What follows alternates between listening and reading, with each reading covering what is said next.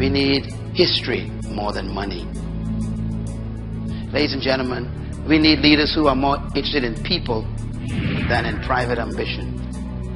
If you're going to transform something, you have to engage it.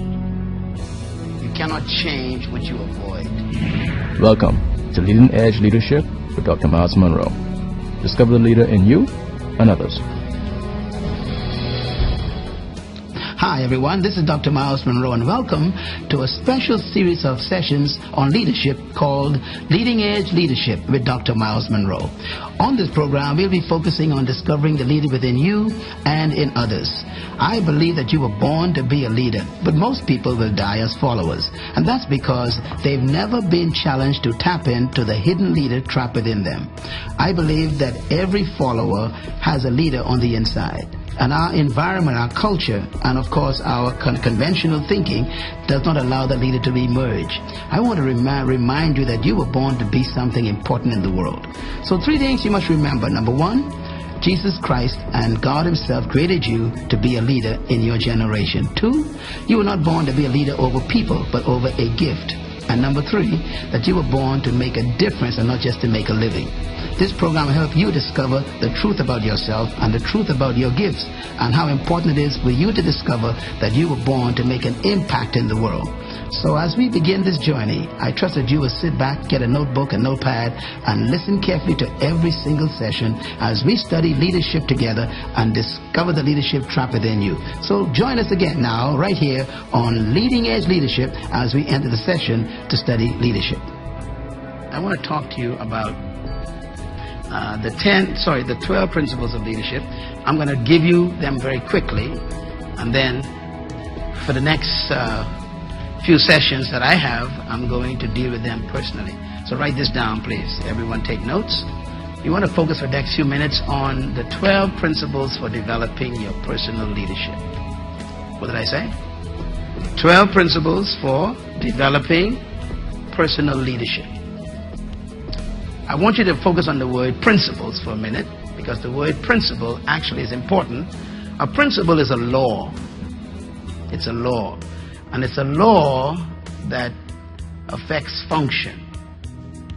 Principles are not facts. Facts change. You don't want to live your life by facts or according to the facts of life. Don't do that. Facts are unpredictable. They always change. Principles are constant. These are laws, sometimes we call them precepts, that are created or inherent in creation, or that are built into life, that if you follow them, you will guarantee success. So the facts don't do that. Principles guarantee success. So I'm going to teach you principles of developing yourself into a leader. Now, a principle means that it's a law, which means that it works everywhere, it works for anyone, and it works anytime, in every situation. That's the powerful principle. A principle has no respect for anybody. You got to respect the principles. So if you learn principles, you become wiser than people who know facts. Plus, principles give you the power to always know what to do. They simplify life. So principles are critical. So what I'm going to share with you then is these 12 principles that I have discovered, learned, applied, and also researched in the lives of people who were effective in influencing the world. I live by them myself, and that's probably why my influence is becoming broader daily. These principles work for anyone and everyone, which means that really anyone can become a leader. I know this sounds almost impossible, but God's plan was never for anyone to be a follower. We became followers because we lost our leadership spirit when we declared independence from the source of leadership, which is God Himself. And we are therefore victims of our context and our cultures. And my hope is that I can set you free from your culture, which I was a part of myself. I mean, I was a prisoner of the culture in which I was born, and that culture does not develop leaders. that culture encourages servitude. And I think all of you in this room are suffering from that culture, and those watching this television program, all of us, because we are born in a culture that does not believe in us. And that's a fact. The culture we were born into are designed to make you an employee, to make you dependent, and to guarantee that all you will ever have in life is a job. That's the culture we are in. All of our systems and education and our training and even our upbringing is designed to maintain that environment, that you behave yourself. As a matter of fact, one of the common statements I heard growing up was this: know your place. That's a serious statement, but what that really means is there are some boundaries you ain't supposed to cross. There's some areas you ain't supposed to leave. There are some restrictions you're supposed to live with for the rest of your life, and you are a victim of what we say you can and cannot do. This is the environment we were born into. This is debilitating, it is oppressive, and we even have accepted it as life, which to me is tragic, because we have surrendered to what I call the context. This is my lot, we say. This is what I have to deal with. This is what I have to put up with. And so we end up surrendering to the culture, and the culture is designed to bury us before we die. Most of us are actually already buried. We're buried in a culture that has completely devalued us. Now, what I'm hoping to do is to set you free from that culture, which really created your mentality. And of course, your mentality becomes your own prison. And what I try to do is to break into your mentality and change your ideas. You are simply the manifestation of your own ideas. That's what you are. And until you change your ideas, you will never change your life. So what I do is I introduce, I don't want to use the term new ideas, I introduce the original ideas that you lost back to you. I want to begin this segment then talking a little bit about leadership motive, because this is the context we're dealing with. First of all, write this down. True leadership must lead to change, and that change translates into social betterment. Anyone who says that they are a leader must focus on changing their environment, their context. You cannot be a leader and everything remains the same. If you claim to be a leader and nothing is changing around you, or you are not changing anything, you are simply a manager, not a leader. That leads to point number 2.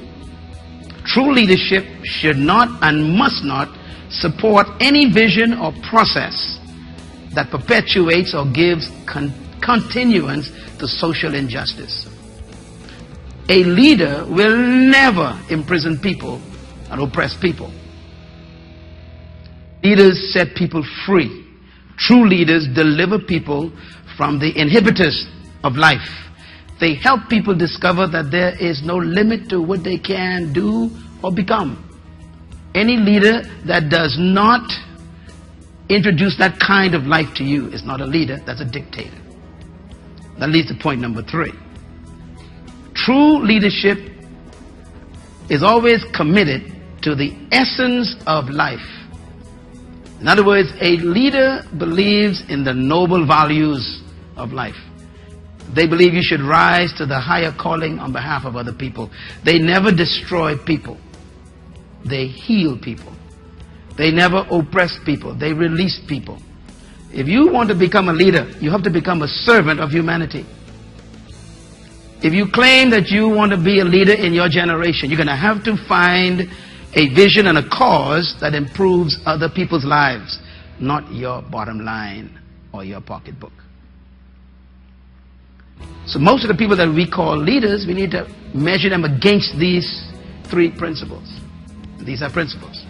The first one, leaders are interested in the betterment of other people. Number 2, they are against injustice. And number 3, they always work on the behalf of humans. They help humans grow, expand, achieve greatness. This is the spirit of true leadership. Now, I want to give you what I call the 7 lessons of leadership. And I mentioned these in our last session. I want to just reiterate them. Those who are going to lead in the future are going to have these 7 attitudes. Number 1, they must understand that leaders don't wait. And this is an important statement. A leader doesn't wait for things to happen. They make things happen. Leaders don't wait for someone else to do something. They decide to do it themselves. Leaders don't pray for change. Leaders initiate change. So you can always tell a leader, when a leader is present, they act on things. They don't wait for instructions. They literally instruct. And the first person they instruct is themselves. Someone has to do something about this. That's how leaders talk. Someone has to change this. You know, when you think of people like Mr. Nelson Mandela, who was born in a country that was under apartheid for over 70 years. I mean, there were many black leaders who complained about that, but nobody decided something has to be done. Mr. Nelson Mandela, who was a lawyer, who had a good job and a good practice, decided, I'm going to surrender my private ambition for the sake of the other people. And I'm going to do something about this. He did not wait. And every other leader you think about that you are respectful of probably is the same way, including people like Sir Lyndon Pinling and Nelson Mandela and Martin Luther King Jr. and Mother Teresa and Helen Keller. So many people in that category. They all have the same spirit. I'm not going to wait. Let's do something. My question is, what are you observing in your environment that you are complaining about and doing nothing about it? That means you are not a leader. You are a complainer. The second principle is leaders know character counts. Leaders are very careful to protect their character. And thirdly, leaders have their heads in the clouds. They have a big vision, but they also keep their feet on the ground. They're in touch with the compassion needed of the people who are not where they are. Leaders should always be ahead of people, but never out of sight. Can I say it again? Leaders must be ahead of the people. Don't be with the people. Got to be ahead of them. But you must not be out of sight. In other words, the people don't know where to go if they can't see you. So you're supposed to be with your head in the clouds, with a massive vision, a big dream, all these great ideas, but don't let your feet leave the ground because some people ain't in the clouds. So they are in touch with the infirmities of the people. They come back and teach and train and motivate and help those people. Thirdly, leaders must be aware of their shared values. Their values are important. They believe that the things they value, the people should value. And they share their values.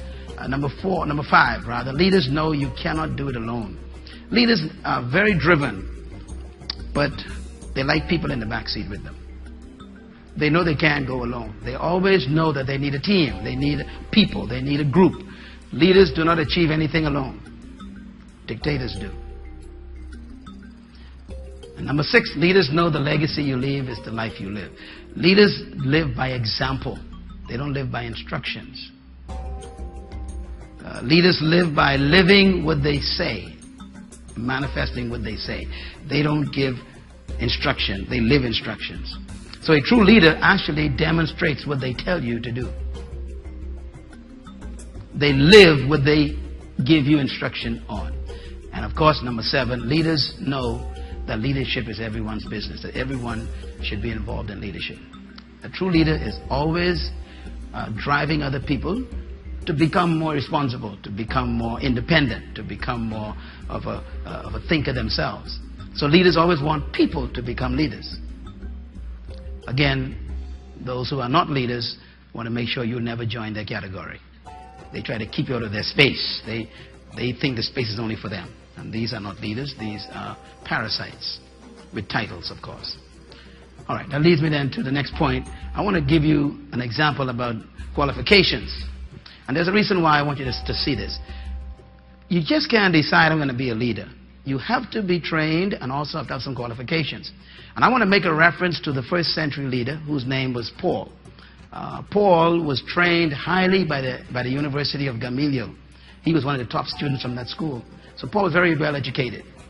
And Paul was also a Roman citizen, even though he was a Jew. So he was exposed to a lot of the leadership environment of the pagan world.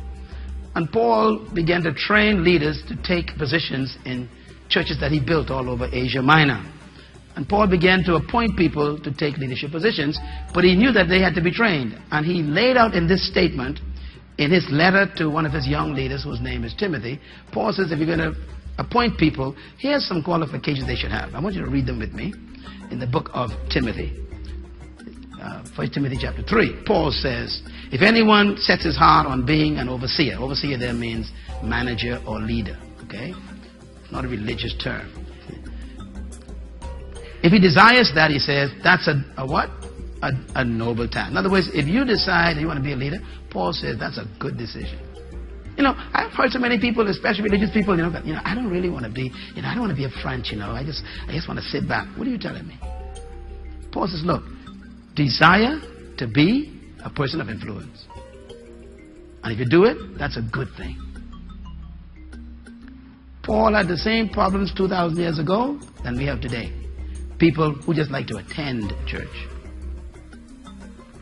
They don't want to get involved in nothing. They don't want to be responsible for nothing. They don't want to make any difference, any changes in life. They just want to kind of just come and warm a pew and then go back home and watch TV. Paul says you should have a desire to be a leader, one who oversees something. And then he says that if you desire that, that's a good thing. But now he cautions us. He says there are some qualifications. Let's read them. He says, now the overseer must be above what? Reproach. We ain't going to deal with this in detail tonight because it's too heavy stuff. But I just want to list his qualifications. They must be above what? Reproach. Secondly, the husband of but one wife. Notice Paul didn't even get to power and authority and stuff first. He's dealing with something different first.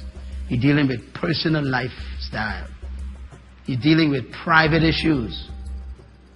Because you lead out of your life, not out of your position. Can I say it again? Write it down. You don't lead out of your position. You lead out of your life. And your life could destroy the position. Your life is more important than the position. How many people you know have high position, but their lifestyle destroyed it?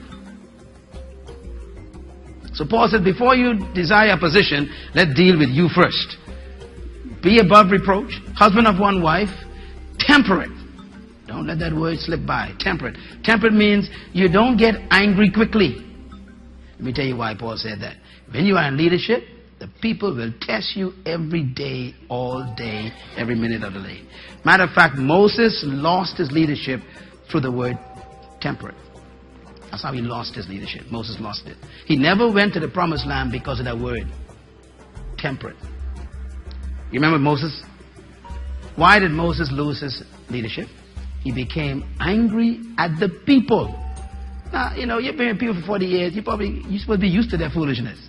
But I think Moses, once he didn't eat well that morning or whatever, maybe his wife didn't do him well. I don't know. But the guy was off. And the Bible says when the people started complaining and they were crying out to him for water, Moses cursed, the Bible says, and he struck the rock instead of speaking to it. God told Moses to speak to the rock and the water will come out. Moses said, these stiff-necked people. I can't say other words he said because I don't know what he said. But the Bible says he cursed. Okay? In other words, you all be amazed how many times you tempt a pastor to curse. Not me now. Of course, I'm a holy man. But you'll be amazed the things that people do that irritates a leader. And Paul says you got to be what? Temperate, self-control. What's the next word? Self-control. Right next to it. Self-control. Control yourself.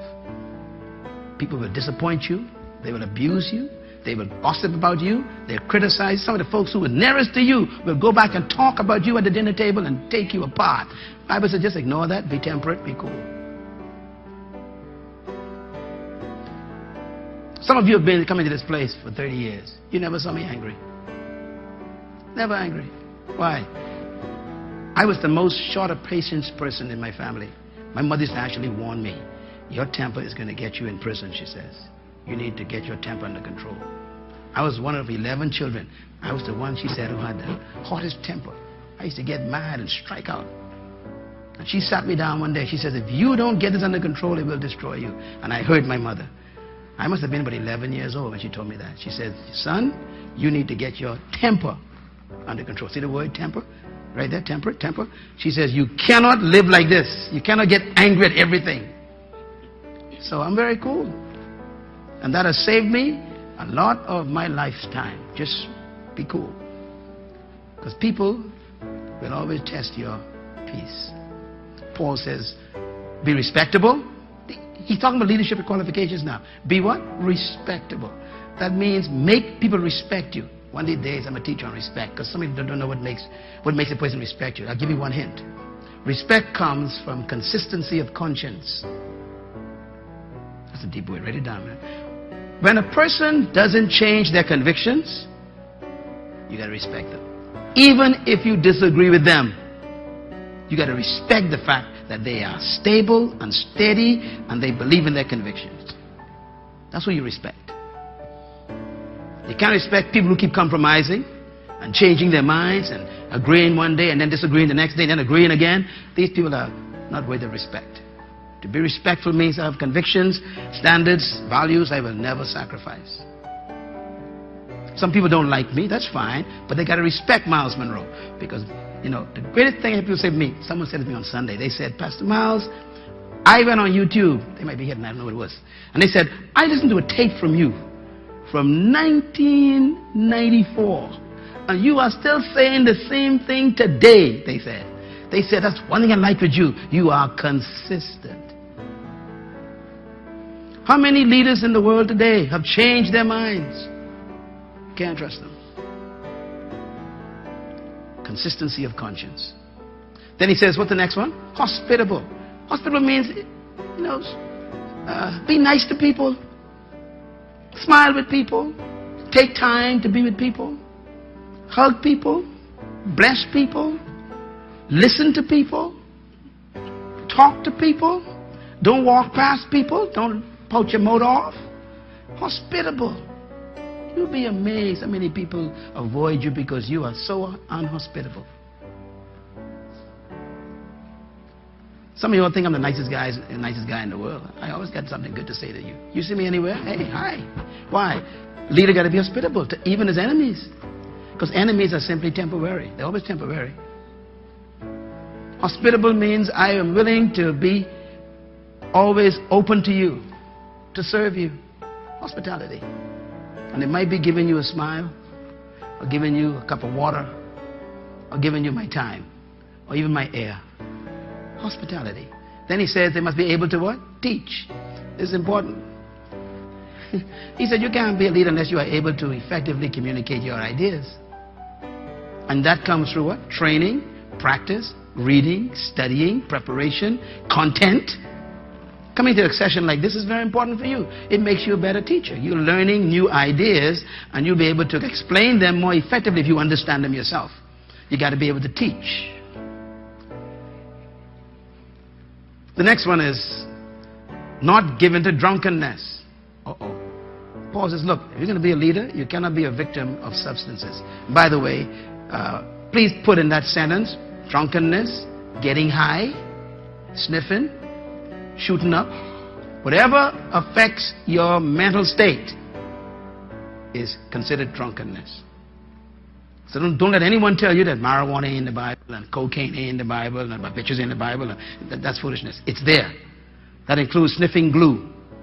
Whatever affects your mental stability is drunkenness. He says you must not be given to drunkenness. A leader must never be disoriented. Why? Because people are depending on your decisions. I never forget reading in the book, the 24th chapter of Proverbs, it says, a king should never drink wine when it moveth in the cup. Let me tell you what he means by that. It means fermentation. There are two types of wine, see? The fresh grape juice and then the kind that is fermented.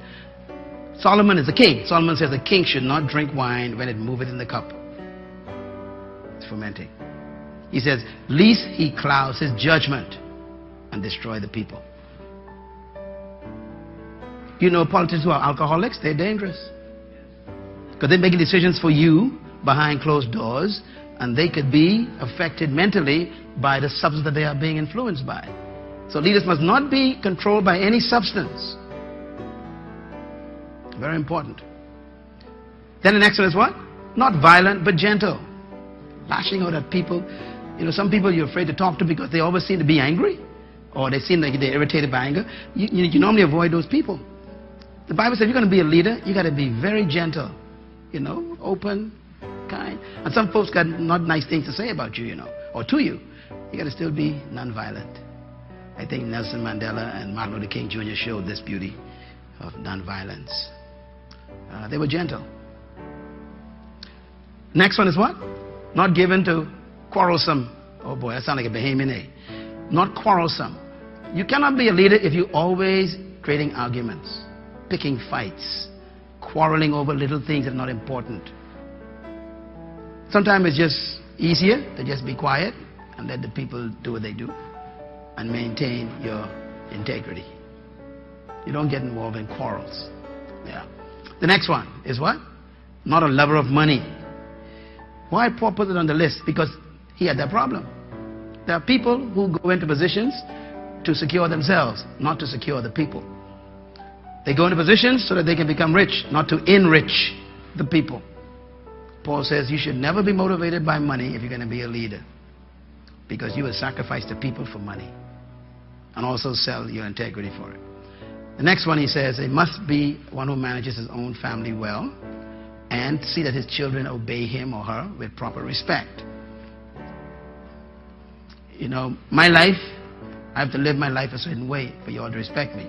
So my son and daughter, they are my greatest test of my leadership. And you all know my children.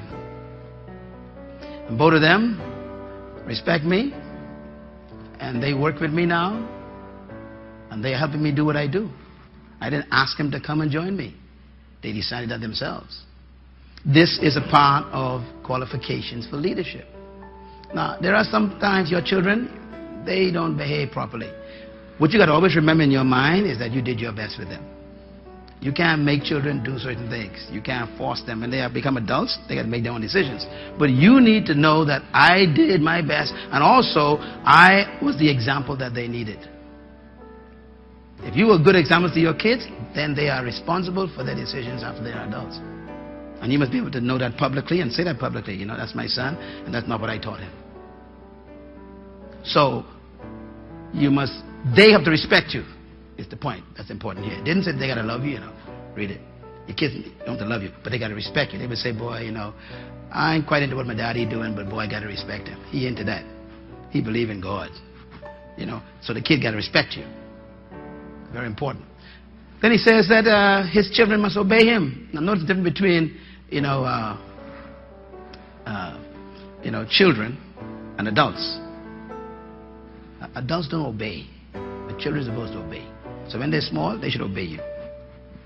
If you're going to be a leader, you got to instill in your children a respect for authority, and you are their first authority.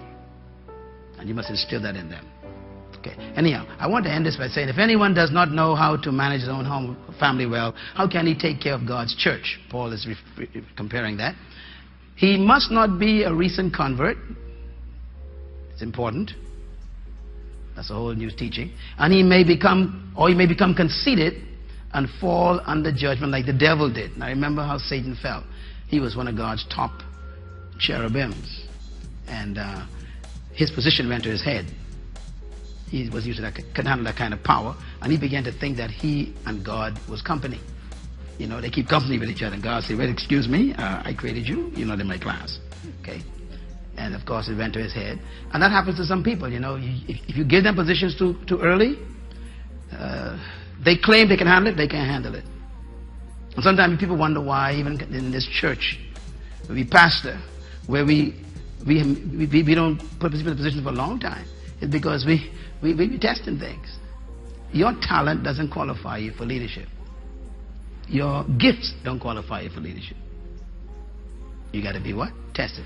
Matter of fact, it says in the next statement, he must also have a good reputation with people outside. How are you going to know your reputation if I don't give you time to find out what people are saying about you? You know, and sometimes people move around, you know, they move around. People come in, they move around. And you move around too fast, I get nervous.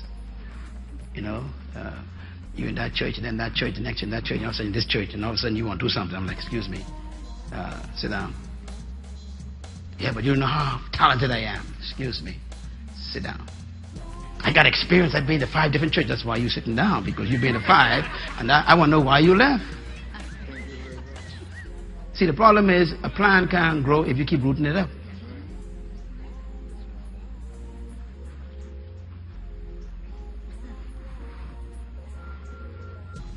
When we appoint people, we don't hardly miss.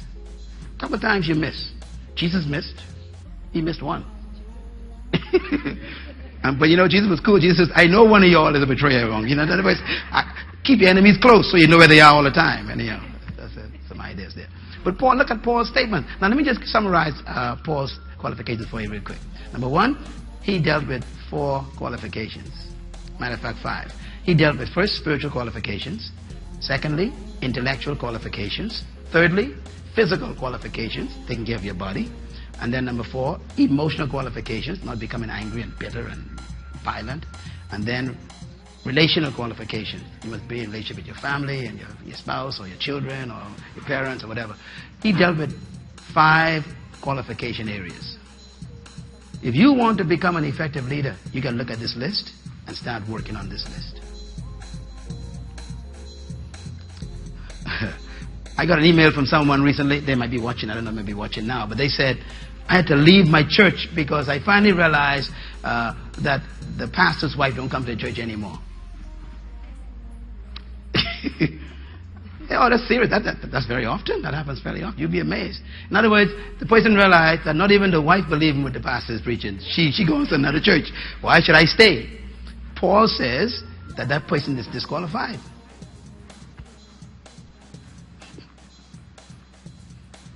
If your own family don't believe what you're saying, why should I? They grew up with you. You know, you don't know what a blessing it is for me in this organization, in this ministry, to have my father, all my sisters and my brothers who have come under this ministry and have been served here for years. You know, that means so much to me. I am their younger brother. They believe what I'm saying. Because they know my life, they see my life, and who knows you better than your own siblings? They know my standards, they know my quality of life, they know my habits, they grew up with me. I qualify relationally.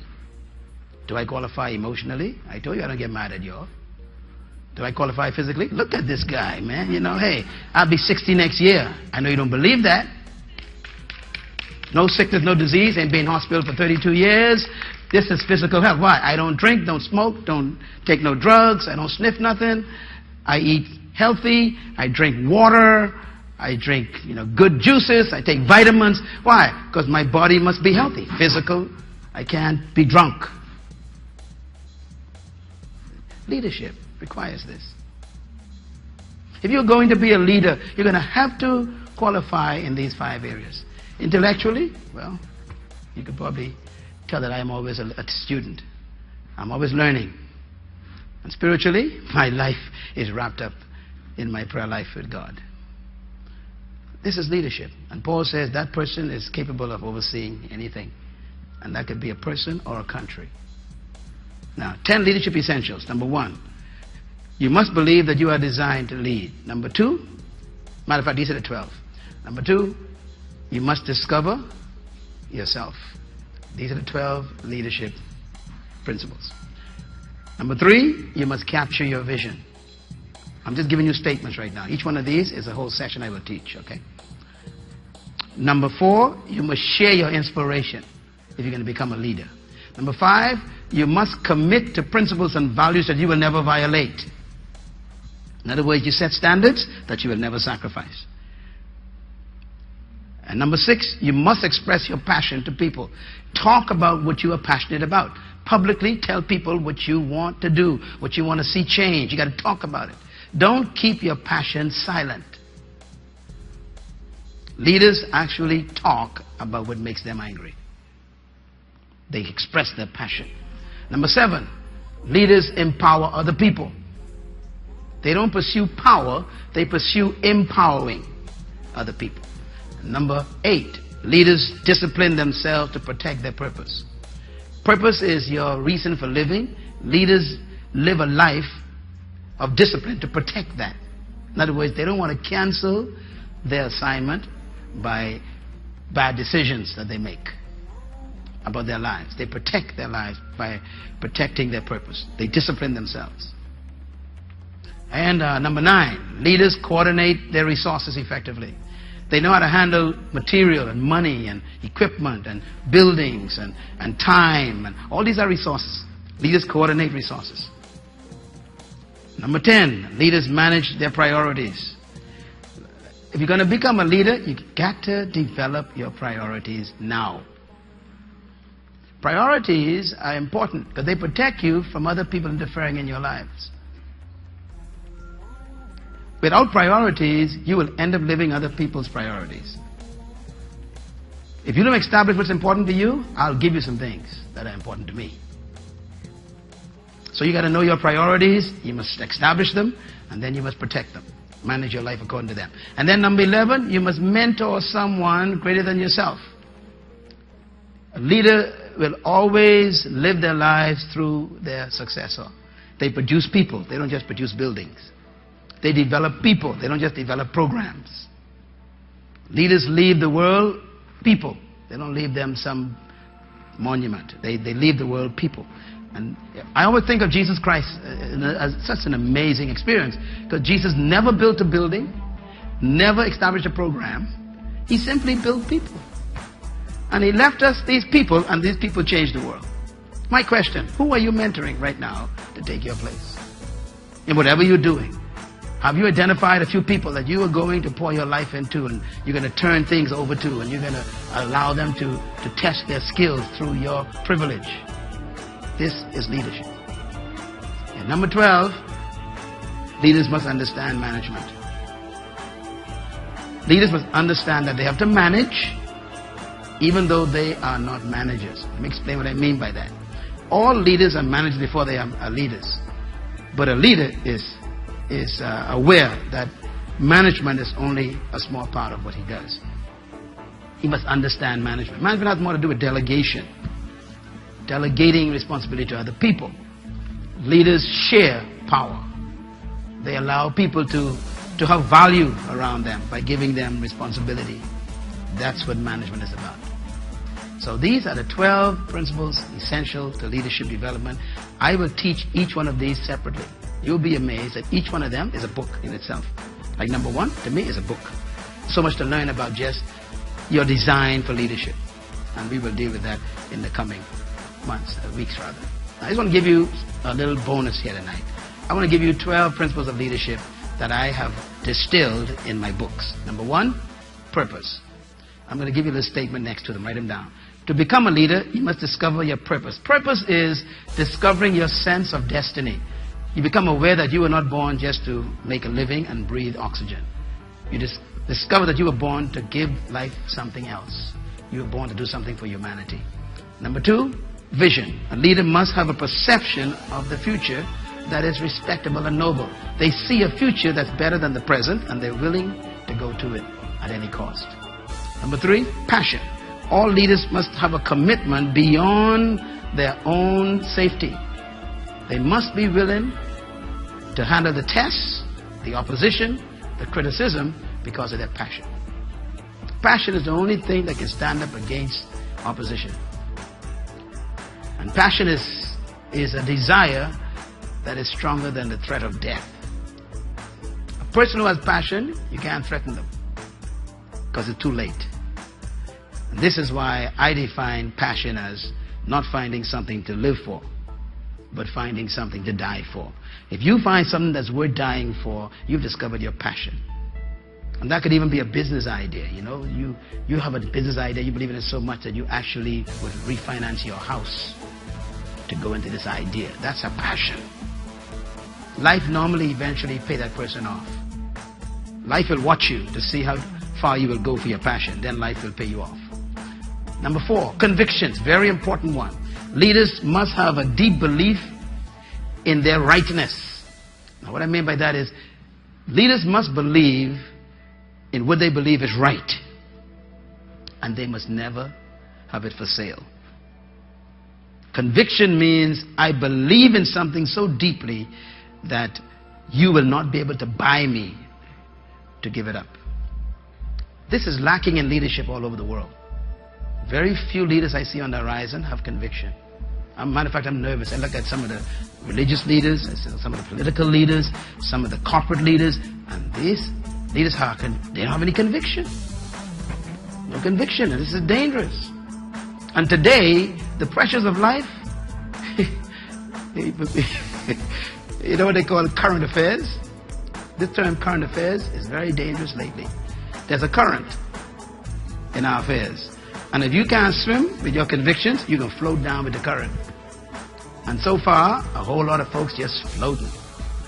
The minute you float, you are not a leader. Leaders do not follow the crowd. What makes a person a leader is the fact that they oppose the convention. The conventional things. That's what leaders are made out of. People who defy the context. Who say to life, this is not right, and I am not going with this. The pressures that the people are feeling today in leadership is exposing their lack of leadership because they have no conviction. I can hardly find a leader in the world right now. Very few, and I think I travel a little bit, and I meet them. And you could see, even in my own country, I'm trying to identify, okay, who has conviction? Conviction. The opposite of conviction, write it down, is compromise. I believe that compromise was created for things that are not important. But for things that are important in life, whatever you consider to be important, there's no compromise. This is why people go to jail like Nelson Mandela. His conviction was so strong that he was right. He decided, I'm going to prison for 24 years for this one. Where are these leaders lately? In other words, leaders don't look for approval or even to be liked. They want to be right.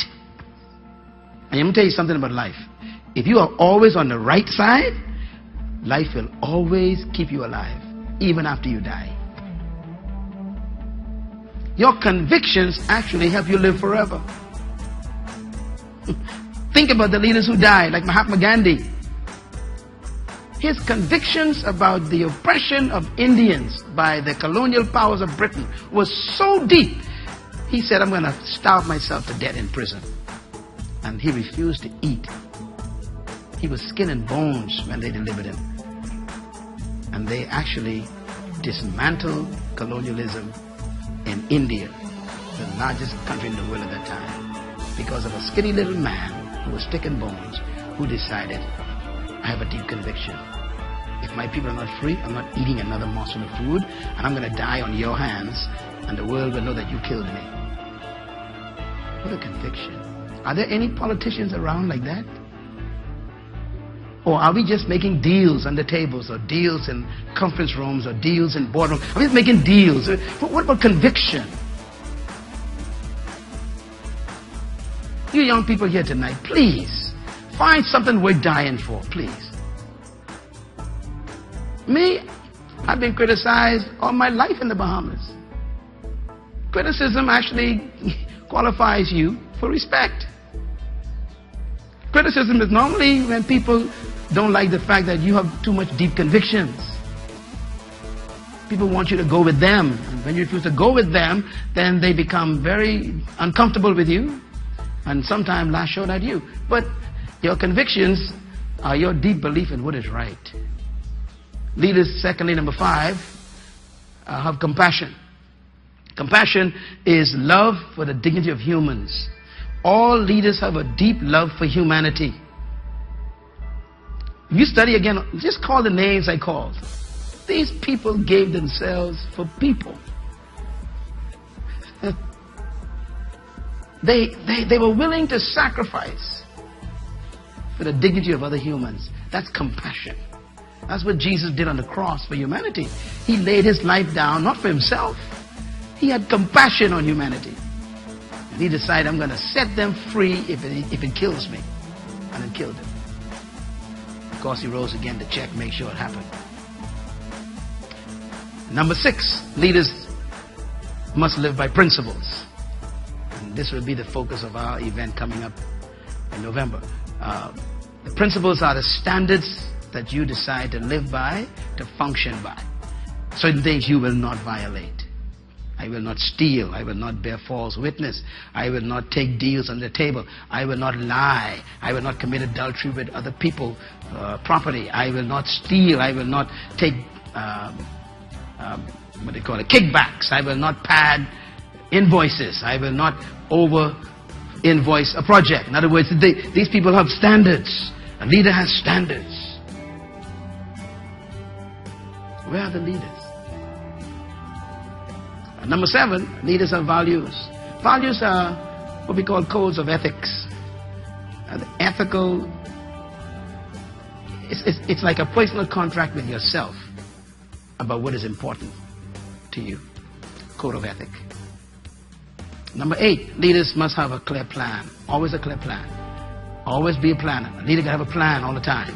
Have a plan that they're working on in their lives. Their life is planned. This is important because leaders are not people who are looking for a current to take them somewhere. They already got their GSP all worked out. They got the destination clocked in.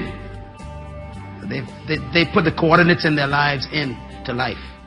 They know exactly where they're going. They, how they say it in aviation, they got their flight plan already logged in. So when the hurricanes come and the storms come and the lightning flashes and the thunder comes and the rain comes, they know that's okay. I'm going to bump around a little bit, but I got my coordinates in. They have a plan. Leaders are not afraid of setbacks and side tracks. All they know is that they have a main track. They're going to stay on track. They may even fall and get up, but they're going to get back on track. Leaders have a one-track mind. Yes? Number 9, persistence. Big one. Leaders are committed to success. In other words, commitment is important here. Persistence is insisting on what you desire. Persistence means I insist on getting what I dream. I insist on it, which means that life is going to have to let this go. Life could hold this as long as it wants. I'm going to get this. Persistence means bearing up under pressure. It is the foundation of courage. It is the very thing that gives a leader stickability. Persistence means that I believe in the future so much that the present have to let me go. This is persistence. And by the way, those who are watching me online, you can put that quote right there and send it out. Persistence is when you tell the present, the future is more important than you. I'm going there. That's what leaders are. Leaders don't live in the present. They live in the future. Their body's in the present. They believe in the hope more than they believe in the environment that they are in. Leaders have this powerful persistence. And number 10 is dedication. I'm going to write a book on this one someday, but the dedication is so important. I discovered that dedication is more important than loyalty, faithfulness, and commitment. And someday I'll explain that. But dedication is the highest form of relationship. Dedication. You can be loyal and not be dedicated.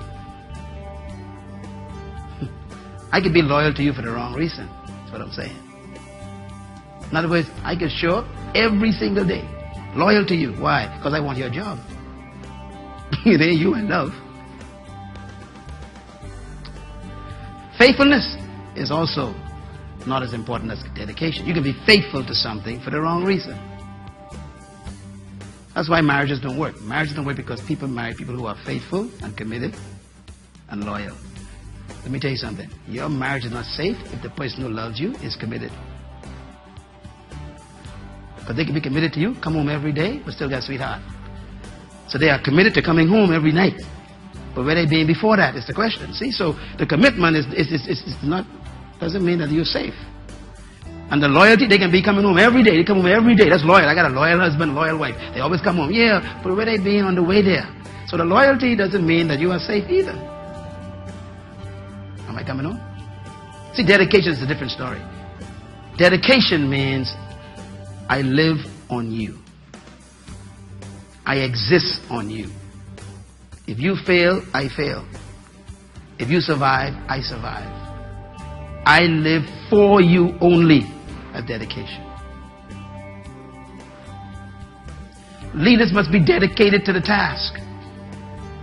You know, there's some folks who are loyal to you until pressure comes. Come on, talk to me, leaders. They with you. Yeah, I'm with you, brother. How many people left Martin Luther King when them dogs and them hoses showed up? They gone. This man crazy. A lot of people left them. Why? They weren't willing to be bitten with dogs and thrown into prison in Alabama. They said, look, we'll march with you, but we ain't going that far. So we're loyal and we're faithful and committed to a point. But the man who decided to go to jail with him, like Andrew Young, was dedicated. Dedication means if you go, I go. If they kill you, I am dead. That's what marriage should be built on. How dedicated are you to your vision? Are you willing to take all the criticism, all the abuse?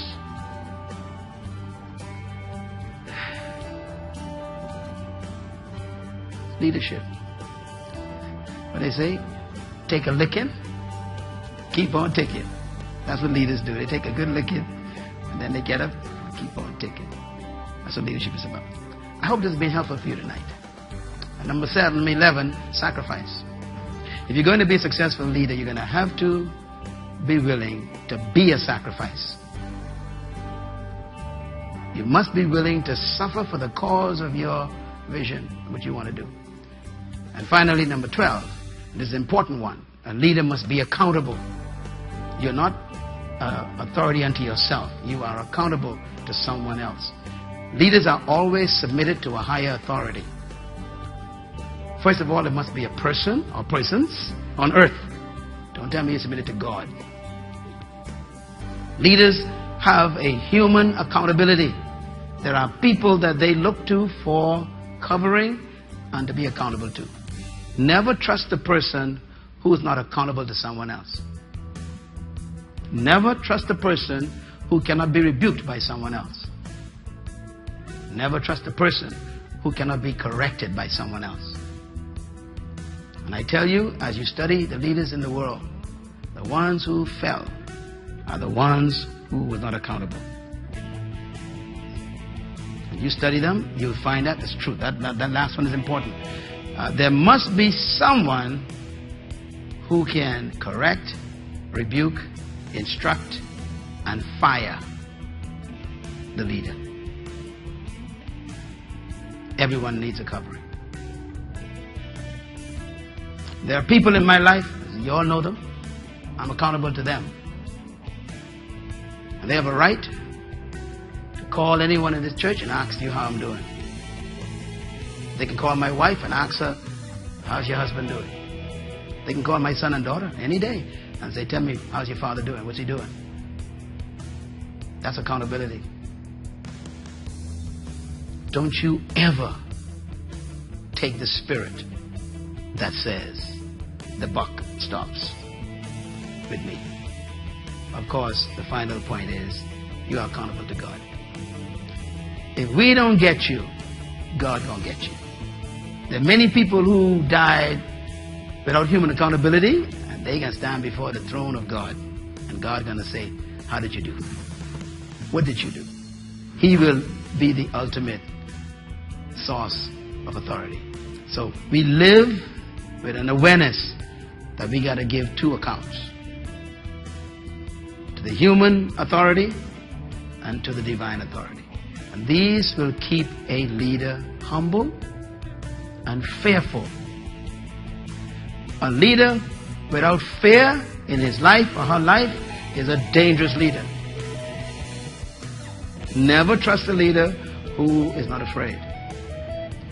The first qualification God gives in the Bible for leadership, the first qualification is they must fear God. And there's a reason why God said that. Because if you don't fear God, I'm in trouble. No conscience. That's why you could kill humans. You could abuse humans. You could oppress humans because you don't fear God. But if you fear God, you will always respect His image. And friends, our time is up. Thank you so much for joining us. This is Dr. Myles Munroe on Leading Edge Leadership with Dr. Munroe, where we discover the leadership within you and also the leadership in others. I trust that you were inspired today and motivated to begin to believe that you can achieve greatness. You were born to be a leader, but you must not die a follower. And I am convinced that every human being was born with a gift that's not supposed to just make a living, but to make a difference. So I trust that you will continue to tune in on every segment. Remember, these programs are designed to develop leadership in you and in others around you. Until next time, thanks for joining us. And remember, of course, that you can get a copy of this session on CD or DVD or MP3. And you can also get our books that are available for you in every segment. Each book was written to help you discover your leadership potential. The first book I want to recommend is called The Power of Vision. The second book is called The Spirit of Leadership. The third book is called Becoming a Leader. Anyone can do it. And the fourth book is one of my most important books, The Burden of Freedom. You can get all of these books in your hand to study and to read, or you can get the CDs and DVDs of every session to begin to motivate and cultivate your hidden leadership potential. Thanks again.